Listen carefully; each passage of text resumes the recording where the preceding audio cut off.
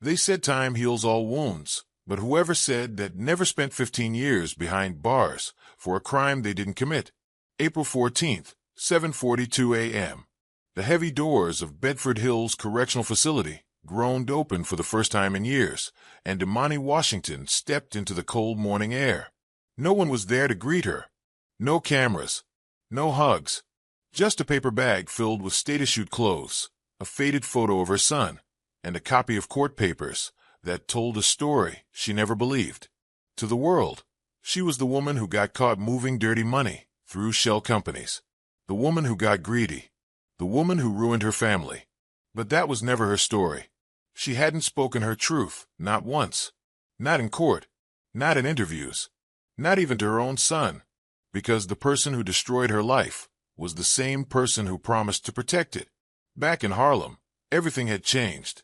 The streets she once walked with confidence now looked unfamiliar. Her old apartment was long gone. And her name? It meant nothing here anymore. Except maybe to one person, her mother. Now aging and frail, Mama Ruth welcomed her daughter back with trembling hands and a secret. Marcus Washington, once Imani's husband, was now the face of justice in New York City. A celebrated civil rights attorney, defending the innocent, giving speeches on second chances, hosting black tie fundraisers in Westchester mansions while Imani rotted in a cell. He'd moved on, remarried, started a new family. But he never once visited, never once wrote, never once told the truth. And so, Imani did what she'd been doing since the day she was locked up. She listened. She observed. And she waited.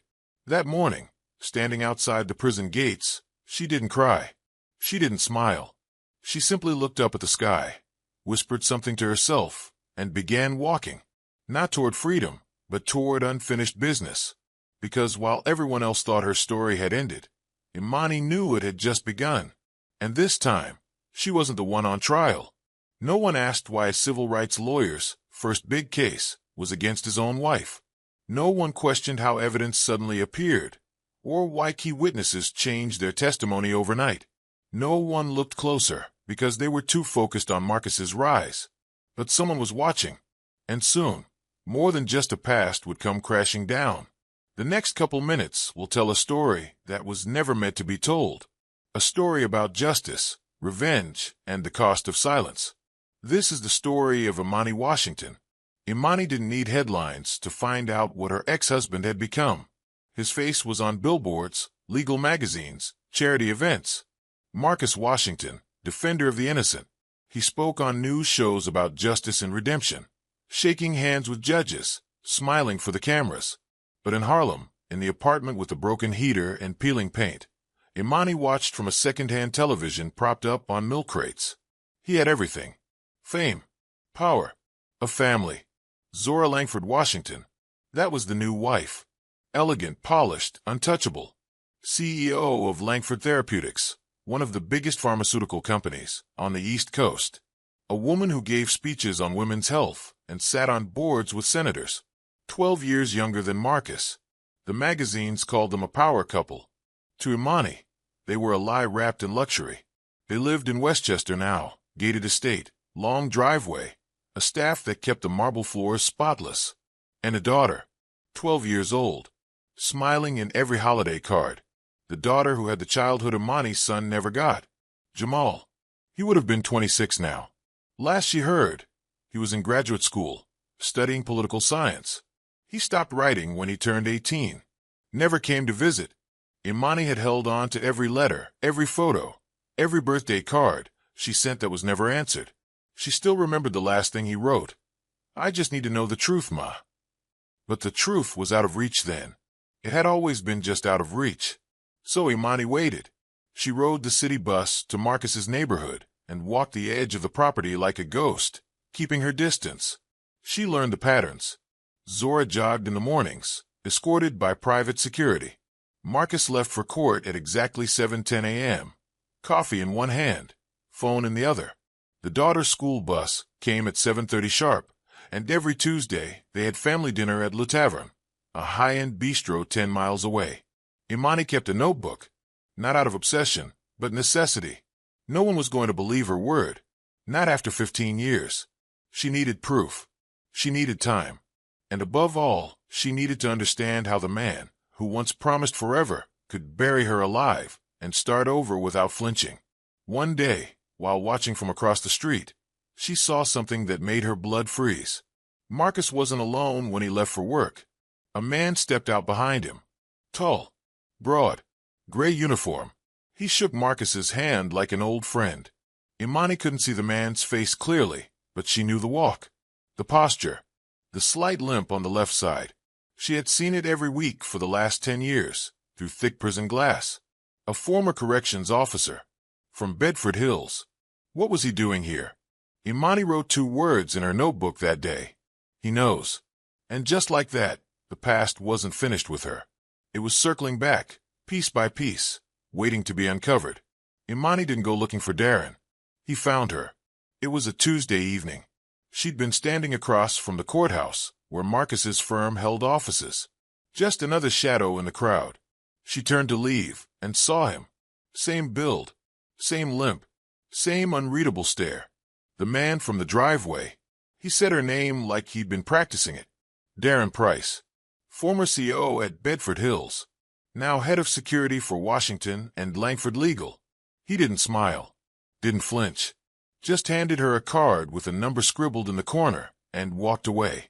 2 days later, they met in the back booth of a half-empty diner in the Bronx.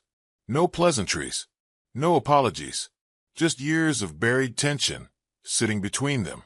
Darren didn't talk much about his time at the prison, but he remembered her. Said she never caused trouble. Said she kept to herself. Said it always felt off. The way her file looked too clean, too curated, like someone had arranged it to fall perfectly into place. He wasn't just watching her. He'd been watching Marcus too. Then he said the word she'd always suspected, but never heard out loud. Your husband set you up. He didn't have everything, not yet, but he had enough. A copy of an old internal memo, never submitted to court. Transcripts of a phone call Marcus made the day before her arrest. A name on a bank account tied to Zora's company. A name Imani didn't recognize. Darren had been collecting crumbs. Quietly, carefully. And now he wanted to share them. Not out of loyalty, not out of guilt, but because Marcus had cost him something too. He'd been promised a promotion, chief of operations for the firm's private security wing. Then Zora stepped in, hired outside, left Darren boxed out and bitter. He didn't say it outright, but the resentment was there, thick in his voice, worn into the lines of his face. They weren't friends. They weren't even allies yet. Just 2 people standing in the ruins of a man's success, each holding a broken piece. Darren handed her a flash drive, said it wasn't everything, but it was enough to start asking questions. Enough to rattle Marcus's perfect image. Imani didn't trust him, but she didn't need to. She only needed time. Time to piece together what he'd taken from her, and just maybe figure out what she was willing to take back. It started with a court transcript, one of many Darren had copied from the firm's archive. At first glance, it read like a typical testimony. Marcus on the stand, confident, controlled, persuasive. But when Imani read it side by side with her own memories, things didn't match. He claimed she handled accounts she never had access to. He said she withdrew money from banks she'd never stepped foot in. And the signature on the wire transfer? It wasn't hers. She'd never seen that document before her trial. And yet, that was what sealed the conviction. As she read deeper, a pattern began to form. Marcus had done this before. In at least 2 other cases, the outcomes were suspiciously smooth. Evidence that showed up just in time. Witnesses whose statements changed overnight. Paperwork filed under urgent circumstances that skipped standard review. He always won, and his reputation only grew. Imani stopped thinking in terms of revenge. Now she thought in terms of facts. Dates, names, routines. Darren gave her more.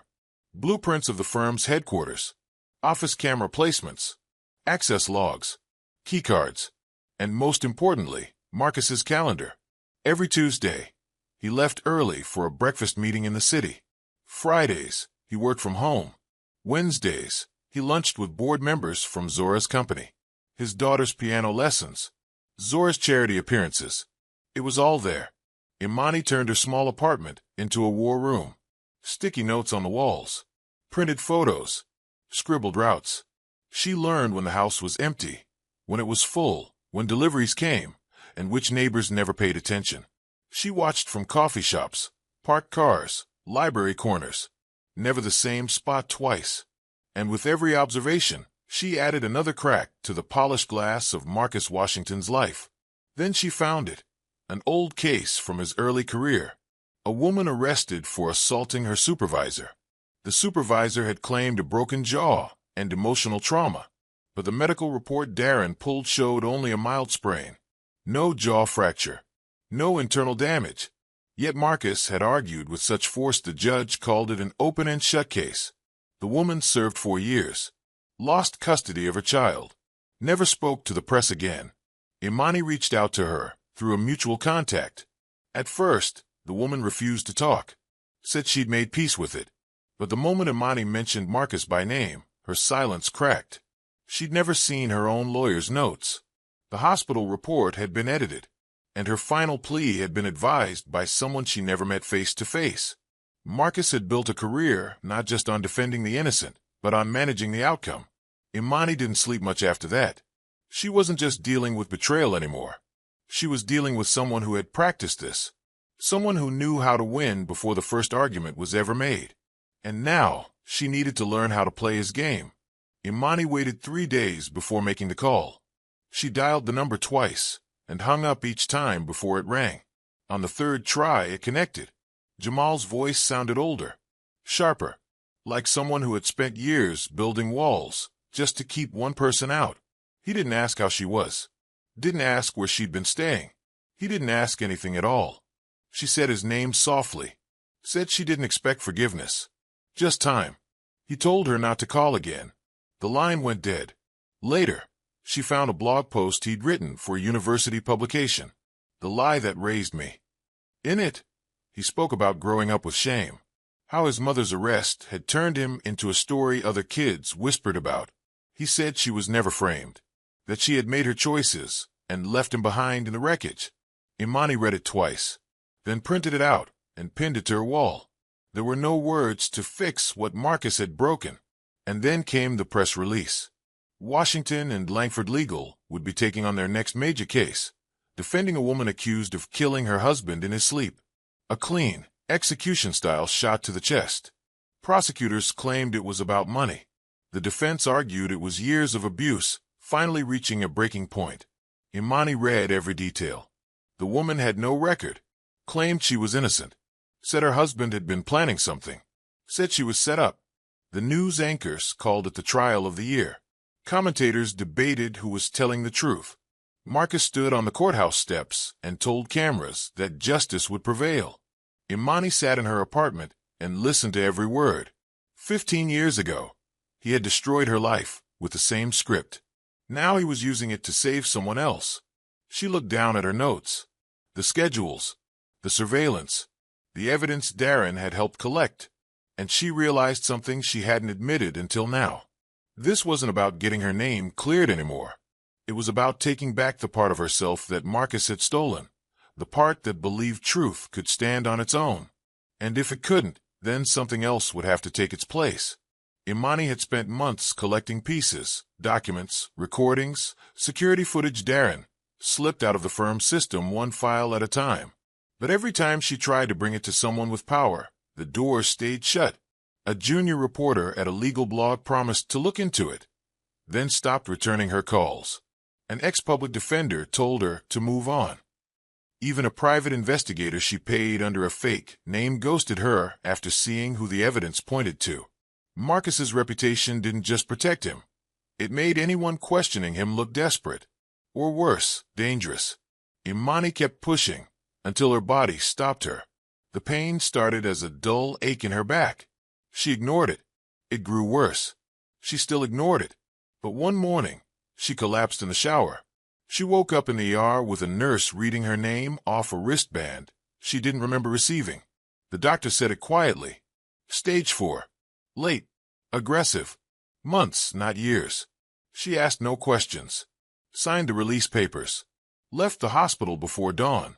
On her way out, she passed a poster for a cancer fundraiser. Marcus's name was at the bottom.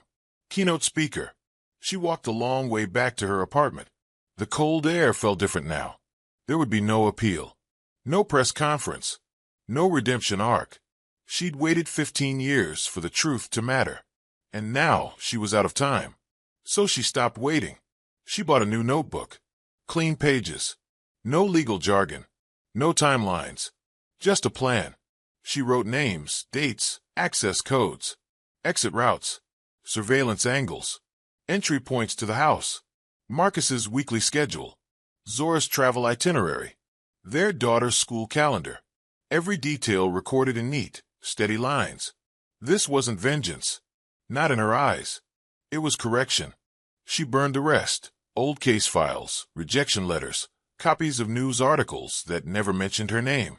Whatever happened next wouldn't be told by someone else. Imani Washington had spent half her life being erased. Now she would be remembered. The call came in at 6:13 a.m. A housekeeper arrived early to prepare for a brunch Zora had planned with a senator's wife. She let herself in through the side entrance, walked past the foyer, and stopped cold. By 6:22, Westchester PD had sealed the property. Marcus Washington was found first, collapsed beside his office desk, a gunshot wound to the chest, another to the head. No signs of struggle. No defensive wounds. Zora's body was discovered in the kitchen, slumped near the back door. Same pattern. 2 shots. 1 clean entry, 1 final execution. The alarm system hadn't been triggered. Surveillance footage from the exterior cameras was missing. Hard drives removed. The security firm blamed a system upgrade. The couple's 12-year-old daughter had spent the night at a friend's house for a birthday party. She returned home to flashing lights and yellow tape. The press called it a miracle. The department called it timing. Jewelry, electronics, and several rare collectibles had been taken from the home. A watch Marcus wore daily. Zora's tablet. A safe was pried open, its contents emptied. Police logged it as a burglary gone violent. But something didn't sit right. There were 2 coffee mugs in the sink.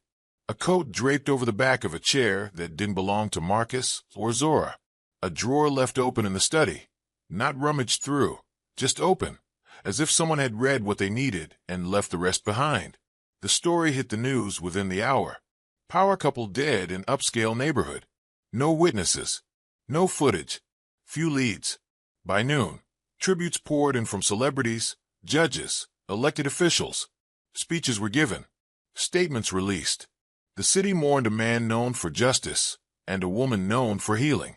But off camera, inside a quiet evidence room, 2 detectives reviewed the first round of findings. And one of them paused when she saw the forensics report. 2 victims. 2 shooters. 2 different calibers. And the front door? Locked from the inside. Detective Harper Ellington didn't get assigned cases like this by accident. 28 years on the force. 16 in homicide. Known for 2 things, being thorough and being quiet. She didn't rush to headlines. She didn't give interviews. She followed the work. And when she stepped into the Westchester home that morning, she did what she always did. Started from the edges and worked her way in. The crime scene felt off. Too clean in the wrong places. Too careless in others. Whoever did this wasn't sloppy. They were precise. And still they wanted it to look messy. Ellington reviewed the initial reports. 2 calibers. 2 entry points.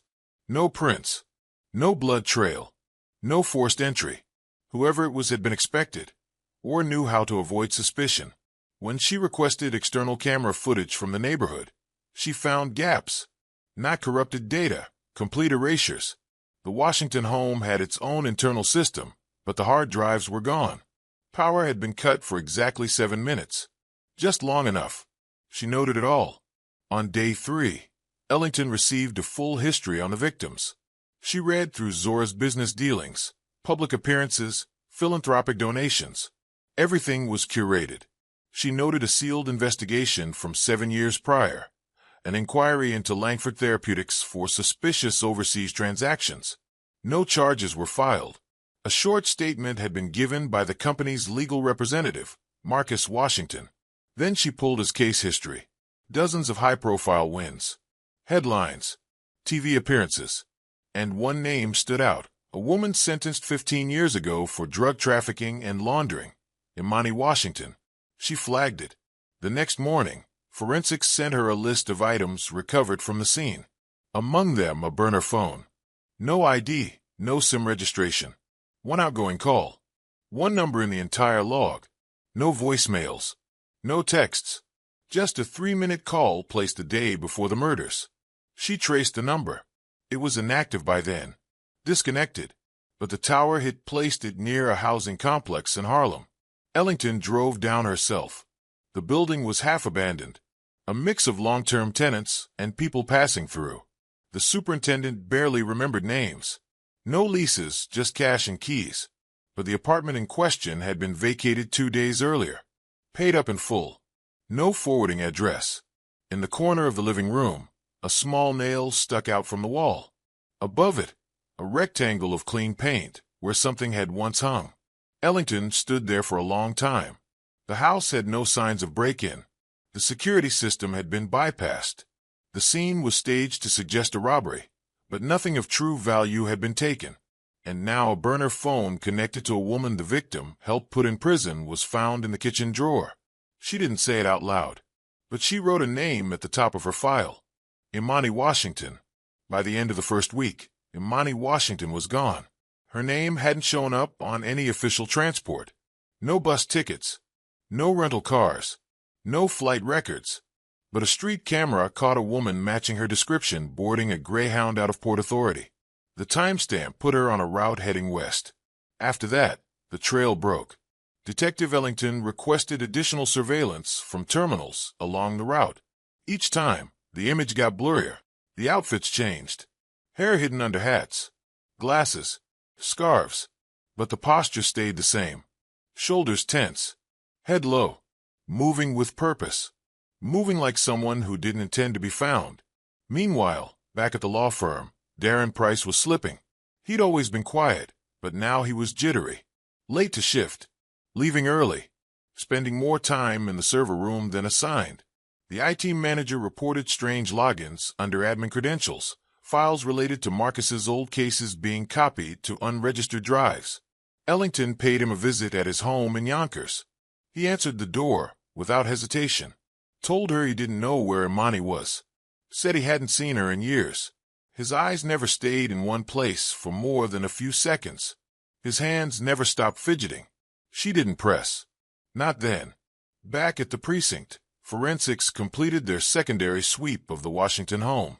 In the garage, behind a panel near the water heater, they found a hidden compartment.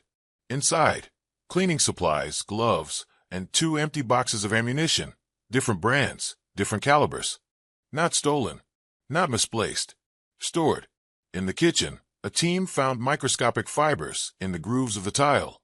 Carpet strands, same color as the rugs used in upscale hotels. A different environment, brought in carefully. To confuse the scene, Ellington rear-viewed the footage of the housekeeper's 911 call. Everything was too quiet, too orderly. There was no chaos, only performance. She updated the case status to homicide, premeditated. That afternoon, she met with the district attorney. By evening, a nationwide alert was issued for the arrest of Imani Washington. Her photo was distributed to all major law enforcement agencies. Airports flagged her name. Checkpoints in 4 states were ordered to watch for travelers fitting her build. But Ellington still had questions. Why stage a robbery? Why leave so few loose ends, and yet plant one obvious breadcrumb, like the burner phone? And most importantly, why disappear without claiming the credit? Because if this was revenge, it wasn't complete. It was unfinished. And that meant Imani wasn't done yet. Marcus Washington's office had already been searched twice. Standard procedure. Collect anything relevant. Log evidence. Secure digital storage. But Ellington wasn't satisfied. Something about the room felt incomplete. The walls were lined with awards and framed degrees, but it was the layout that caught her attention. One bookshelf sat slightly uneven against the wall, as if it had been moved and never quite put back right. Behind it, a strip of wood was newer than the rest. Lighter. Less worn. She knocked. Hollow. The safe was embedded into the wall, covered by a custom-fit panel. The lock was digital, but old, no longer synced to the firm system. They called in a specialist. When it opened, what Ellington found wasn't just damning. It was detailed. 3 black binders, each labeled only by year. Inside, case files, copies of testimonies, altered lab reports, witness statements with different versions, some crossed out, others marked final. Handwritten notes in Marcus's script, names of people who had been convicted, most of them from low-income neighborhoods. All of them clients who had crossed paths with Zora's company in some way. Some were whistleblowers. Others were financial handlers. One was a warehouse supervisor who reported missing shipments. All had been silenced with just enough legal force to make it look legitimate. Then came the older folder. Imani's case. There were drafts of his testimony, one marked too vague, another stronger, tighter. A receipt from an offshore account under Zora's holding company, wired to a consulting firm Marcus had once claimed he'd severed ties with. And at the back, a single page dated 3 months before Imani's arrest. Met with ZL. Everything in place.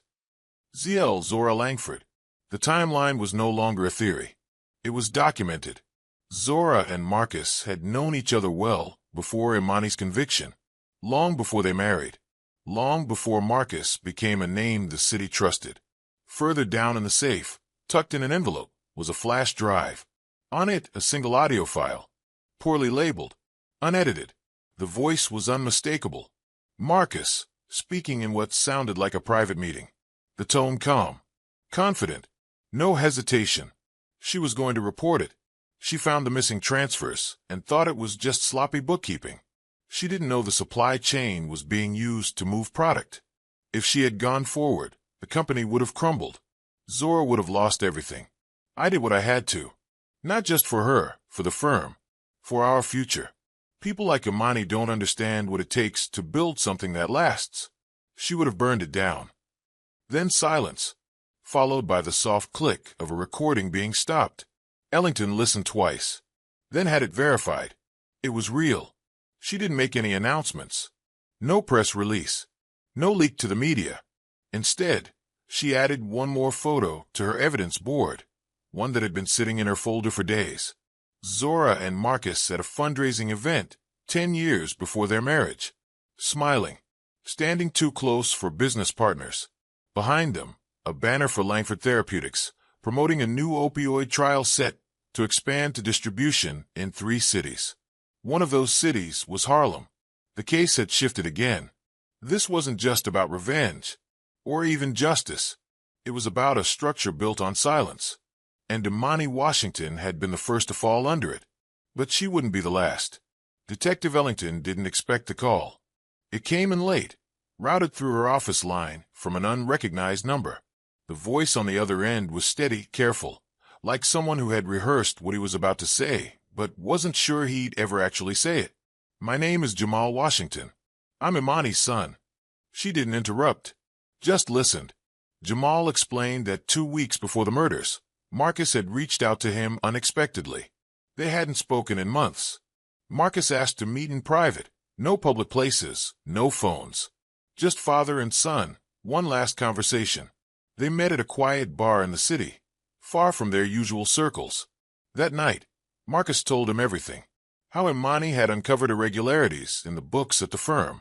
How Zora's company was using legitimate medical shipments to cover up a secondary network, small, controlled at first, then larger. And how exposing it would have brought down not only the pharmaceutical company, but Marcus's own early investors and partners. So he made a choice. He testified. He planted documents. He let her fall. And then he built everything else on the back of that silence. Jamal didn't want to believe it, but Marcus had tears in his eyes. Said it haunted him. Said it was for the greater good. Ellington asked why Jamal hadn't come forward sooner. He hesitated, then told her Marcus had shown him something else, emails. Dozens of them. From a secure account. Someone had found out the truth. They'd been demanding silence. First threats, then money. The blackmailer didn't want exposure. They wanted access, internal files, information on cases tied to Langford's expansion. Ellington requested copies. The next morning, Jamal arrived at her office with a drive. It included attachments Marcus had forwarded to a hidden archive. One in particular stood out, an encrypted chain between Marcus and someone using the alias Watchman. The voice was cold, specific. They knew dates, account numbers, even referenced a night Marcus and Zora had stayed at a hotel the same week Imani was indicted. Only someone close could have known that. Ellington reviewed the metadata. The IP address for one of the early emails traced back to the firm, and the login matched credentials once used by Darren Price. Jamal had one more admission. He'd seen Imani. Once. A week before the murders. She called him from a number he didn't recognize. Asked him to meet at a small restaurant in Queens. She looked thinner than he remembered. Tired, but calm. She didn't ask for forgiveness. She only asked if he was okay. He said he didn't know. She told him to hold on to the truth, because one day, someone would try to erase it again. And then she left. He hadn't heard from her since. Ellington added Jamal's statement to the file. And in her notes, she made a quiet correction. Imani Washington wasn't running. She was waiting. The case took another turn when the lab report came back from Quantico. Ellington had ordered a secondary trace sweep of the crime scene materials, fibers, footprints, and latent impressions on the marble kitchen floor. The report was detailed. 2 shooters had been confirmed early on, but the new analysis added something unexpected. A third set of partial prints. Smaller, lighter, distinct enough to be separated from the others. 3 individuals. 1 seen. 2 dead.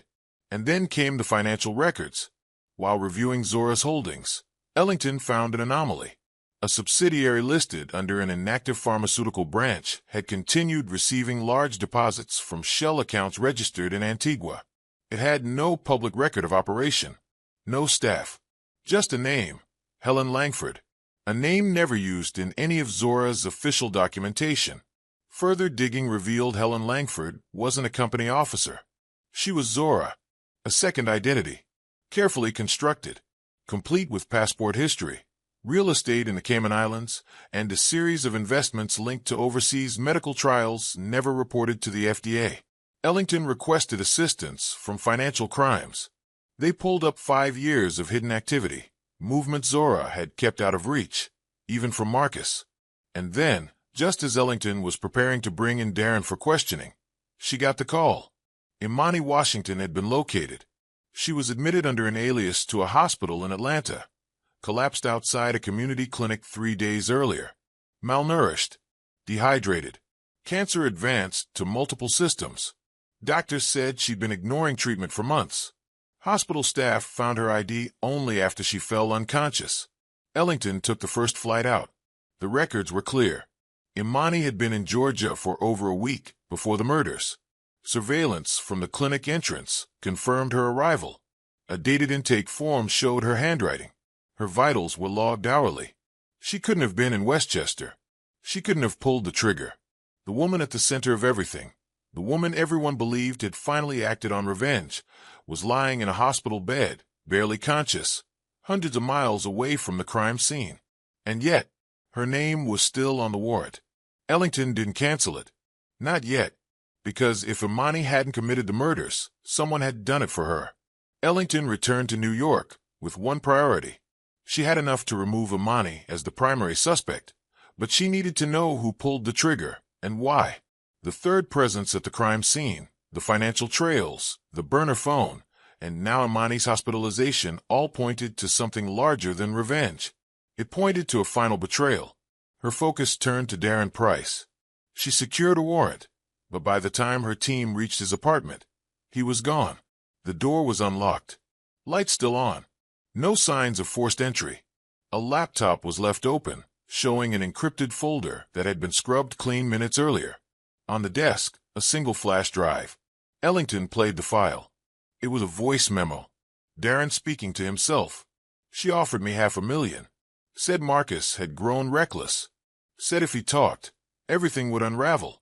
She was protecting her company, her legacy, her name. I told her I wanted out, and she reminded me I was never in control. The next day, Ellington received an anonymous tip. A meet location. Darren would be there. She arrived early, waited across the street. eyes on the alley entrance behind a shuttered warehouse. When Darren showed up, he looked thinner, nervous. His coat was torn. His hand shook. He saw her and didn't run. Ellington approached slowly, no backup, just questions. He confessed. Zora had contacted him 6 weeks before the murders. She knew Marcus was planning to release documents, records that linked her pharmaceutical company to the drug trafficking operation Imani had uncovered. Marcus had grown distant, unpredictable. He'd started backing up files off-site. Zora knew time was running out. She offered Darren a deal. Silence Marcus. Make it look like a robbery. She would handle the rest. Darren agreed. Out of money, out of options, and with secrets of his own. But what he didn't expect was the second shooter. Zora had sent someone else as insurance. Someone who knew the house. Someone Darren recognized too late. As he spoke, Ellington noticed him glance behind her. She turned too late. A single shot echoed through the alley. Darren fell instantly, a clean hit to the chest. By the time Ellington drew her weapon, the shooter was gone. But in the chaos, one thing remained, a set of prints on the doorframe. Left in a rush. Not wiped clean. Lab results came back in hours. The prints matched a man presumed dead 12 years earlier, Julian Langford, Zora's older brother. Former chemist. Once arrested on federal charges tied to illegal drug formulations in the early days of Langford Therapeutics. The case was sealed. The public was told he died during a covert extraction operation overseas. But the death certificate was fake. He had disappeared, and now he had returned. Further search of Darren's apartment revealed one last piece. A storage locker key. Inside the locker were boxes, documents, photos, audio tapes, all labeled, all organized. One folder was titled simply, Imani, Full Clearance. It contained original lab reports, financial records, and a notarized confession Marcus had written but never submitted. The date was 2 months before his death. Ellington added it to the file. There would be no trial, no chance to interrogate Darren, no way to locate Julian, at least not yet. But what had once been a puzzle of revenge now stood as something else entirely. Proof that Imani Washington had been used, abandoned, and written out of a truth too dangerous to speak. Until now. Detective Ellington laid out the files across her desk. Years of documents, recordings, statements, some official, most hidden. Piece by piece, the story came together. It began long before Imani's arrest.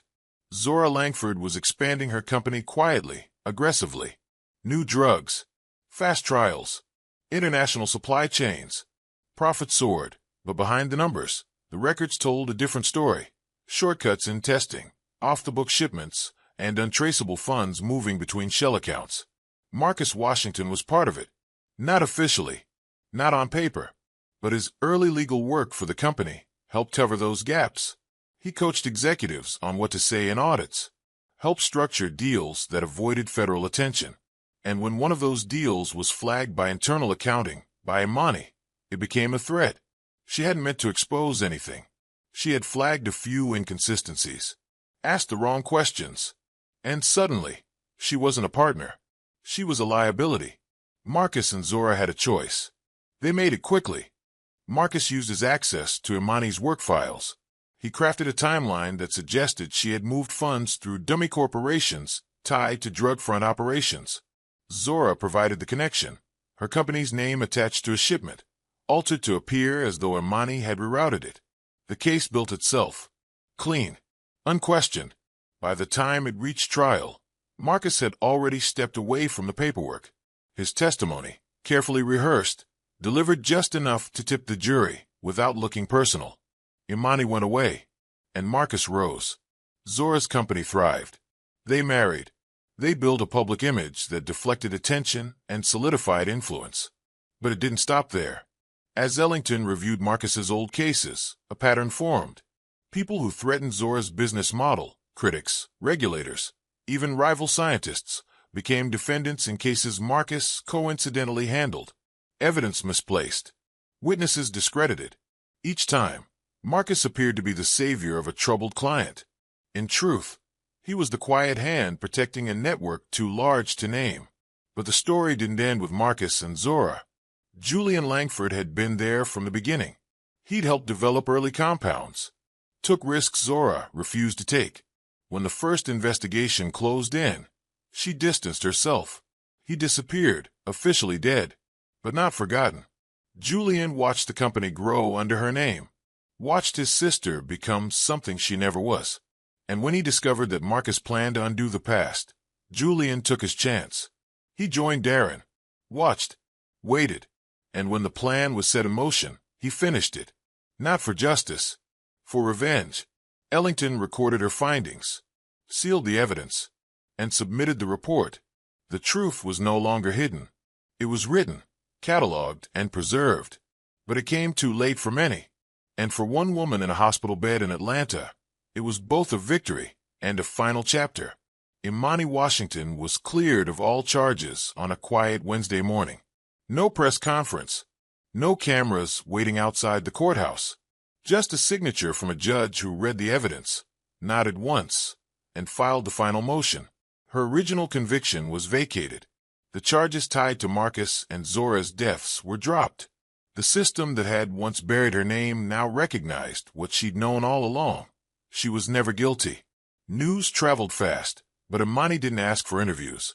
She remained in her hospital room in Atlanta, her body growing weaker by the day, her voice thinner, but her eyes clearer than they had been in years. Jamal came back. He didn't say much at first, just sat beside her, reading articles aloud. Legal reviews, op-eds, reactions to Ellington's report. One morning, he brought a newspaper folded to the second page. Manhattan Power couple linked to years of legal corruption. Imani held it with both hands, nodded once, and whispered, "That's enough." They spent those last weeks quietly, talking about the years between them, the questions, the silence, the things lost, and the things they could still hold. Jamal told her about his studies, his dreams, the moments when he wasn't sure who to believe. Imani never asked for his forgiveness. She just thanked him for coming. Back in New York, Ellington was working around the clock. The files found in Marcus's safe led to a wave of reopened cases. Lawyers filed motions. Judges issued retrials. Convictions once thought sealed were now under scrutiny. Men and women who had served years were being called back into courtrooms with a chance to speak again, this time with the truth at their side. The firm Marcus built collapsed within weeks. Langford Therapeutics was placed under federal investigation. Zora's estate was frozen. Julian Langford remained at large, but his name was no longer buried under fake documents and sealed reports. The damage had reached daylight, and through it all, Ellington made one promise. Imani's story wouldn't end with a headline or a court filing. A foundation was established in her name, the Washington Initiative. Its mission was simple: identify and support individuals wrongfully convicted, especially in cases involving corporate misconduct and prosecutorial abuse. A panel of attorneys, social workers, and advocates formed its core. The first grant was awarded 3 months later to a woman who'd served 8 years for mail fraud tied to a pharmaceutical chain. Imani didn't live to see that day. She passed quietly, one morning before sunrise. Jamal was there, holding her hand. No machines. No final words. Just stillness. She had spent 15 years in silence, waiting to be believed. In the end, she didn't need anyone else to tell her what she already knew. Justice had been served, and her name would not be forgotten. 3 weeks after Imani's funeral, a package arrived at Ellington's office. No return address, no postmark, just a plain envelope tucked inside a larger manila folder. The handwriting on the label was neat, deliberate. Inside was a journal, worn at the edges, pages filled with notes, clipped articles, copies of legal filings, some dated years before her release. At first glance, it looked like a personal archive, but the deeper Ellington read, the more clear it became. Imani had known. Not everything, not all the names, but enough. One entry, dated 6 months after her sentencing, detailed a conversation with a prison librarian who used to work as a clerk for a federal judge. He mentioned a case that had been sealed. The name Langford came up. Imani started writing. She followed every thread she could from inside those walls. She built timelines. She kept track of public court dates, of Marcus's media appearances, of Zora's expansion moves. She had no access to the outside. No lawyers who believed her. But she had time. In one section, Ellington found names. People who had come through Bedford Hills over the years. Corrections officers, contractors, volunteers. She'd circled one in red, Darren Price. Next to it, she had written, "Knows more than he thinks. Leverage possible." On another page, the name Julian Langford was underlined. If he's alive, he'll resurface. She'll make a mistake. He'll notice. He'll act. And at the very back of the journal was a sealed letter, addressed to Jamal. Ellington hesitated. She considered sending it without reading. But something made her stop. She opened it carefully, unfolded the paper, and read each line. It wasn't long. Imani wrote about the years of silence, about how the hardest part wasn't prison. It was knowing she couldn't protect her son from what had been done to them. She told him she never stopped watching, even when no one saw her. That she never stopped working, even when no one listened. Then came the final paragraph. "I didn't pull the trigger, but I opened the door. I put the right truths in the wrong hands and let the pressure build." Darren wanted retribution. Julian wanted recognition. Ellington wanted the truth. I just gave them each a reason to move. I didn't need to be free to start a fire. I just needed time. It ended with a single line. Sometimes justice requires patience, and sometimes revenge is justice. Ellington folded the letter, returned it to the envelope, and placed it back in her drawer. No follow-up report. No press release. Because some stories don't need to be told. They just need to be finished. If you've made it this far, you know this was more than just a story. It was a journey through betrayal, justice, and one woman's quiet war against the system that tried to erase her. If this story moved you, if it made you think twice about truth and power, don't forget to like, share, and subscribe. There are more stories that deserve to be told, and with your support, we'll keep telling them.